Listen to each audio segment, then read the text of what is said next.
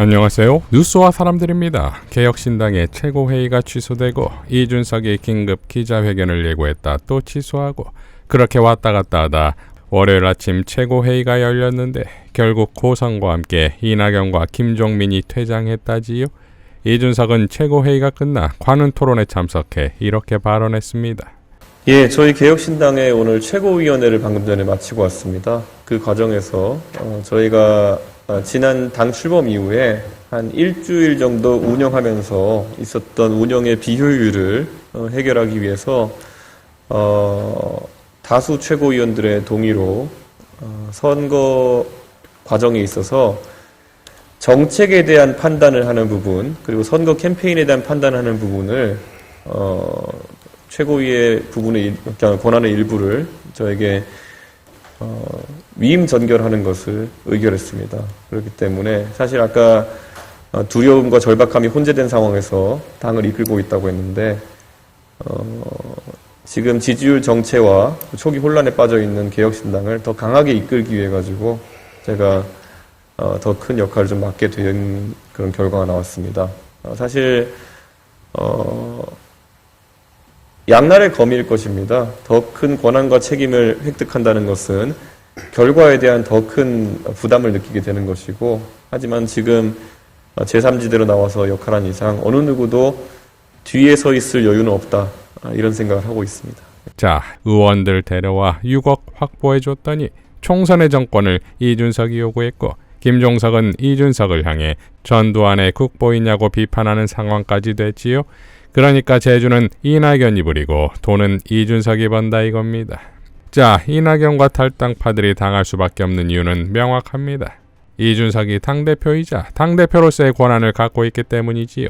김필성 변호사는 다음과 같이 밝혔습니다. 지금 개혁신당이 꽤 시끄러운 모양인데 상황 파악에 도움될 만한 정보 하나 공유합니다. 개혁신당이 언론에는 공동대표 체제라고 주장하는 것 같은데 선관위 공시 내역에 따르면 개혁신당의 대표는 이준석 혼자입니다. 다른 당들 보시면 아시겠지만 공동대표는 공동대표로 등록합니다. 이 말은 지금 개혁신당의 실제 내부 지분은 이준석 측이 가장 크다는 의미입니다.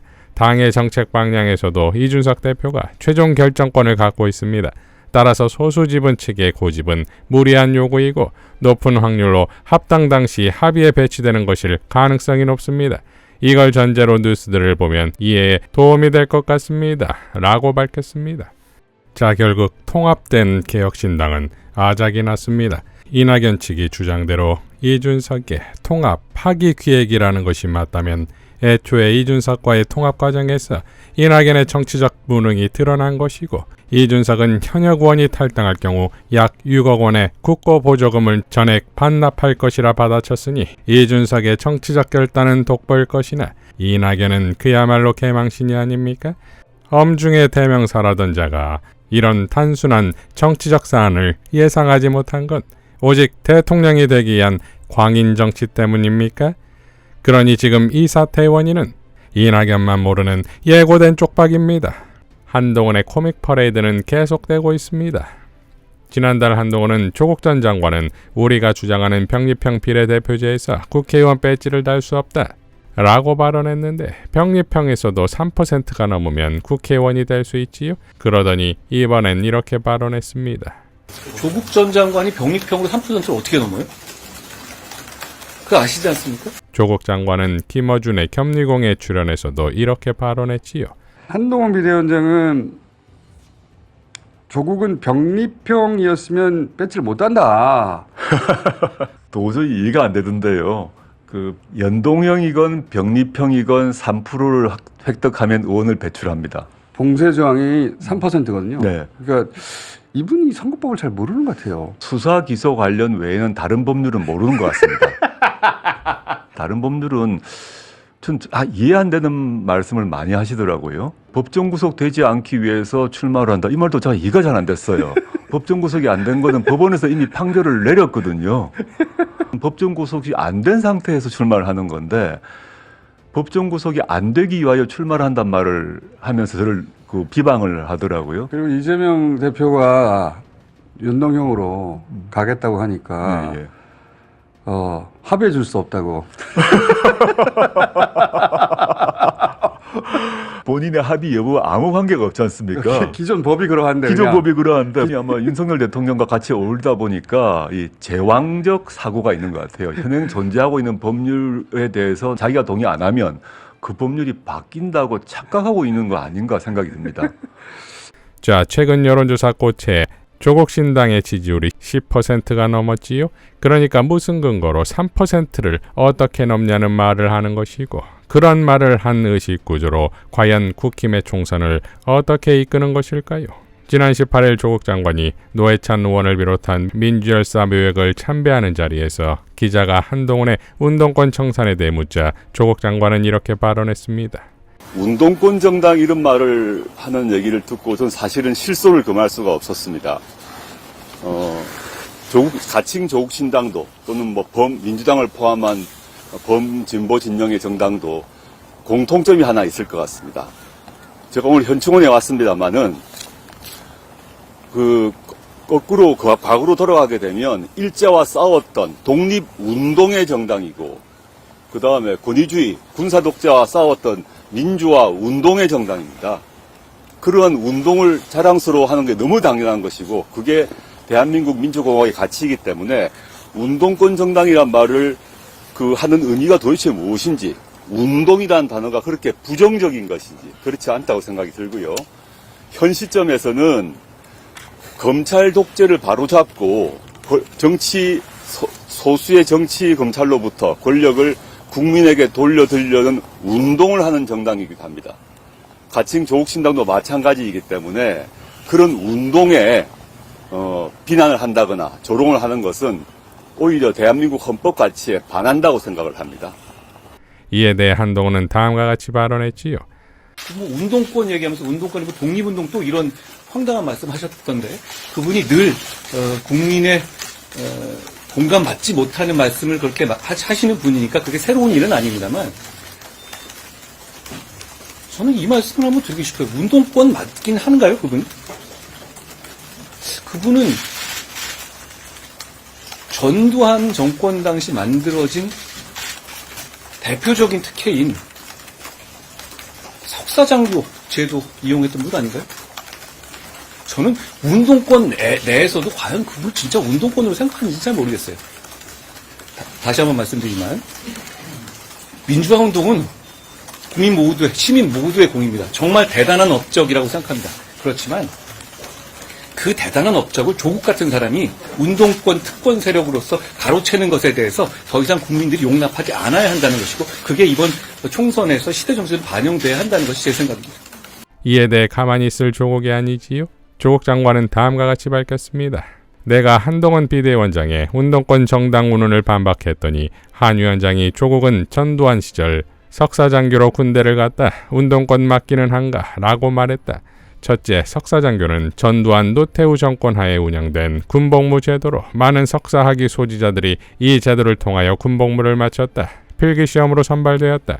복무기간은 6개월로 짧아 현역 복무를 한 동시대 남성에게 미안한 감정이 있지만 한동훈 위원장 말처럼 석사장교 군필했다고 운동과 무관하다는 말은 어불성설이다. 이 제도 자체를 비난하려면 이 제도를 만든 국힘 전신 정당의 지도자인 전노일당에게 따져라. 다급한지 마구 던진다. 둘째, 청년 시절 내가 무슨 운동을 했는지는 이하 자료로 대신한다. 하나는 서울법대 교지 편집장 시절 쓴 글이고 다른 하나는 국가보안법 위반으로 유죄 판결을 받고 나온 후 기사이다. 한 위원장 등은 잘 읽어보기 바란다. 나는 당시 활동을 뽐내지도 부끄러워하지도 않는다.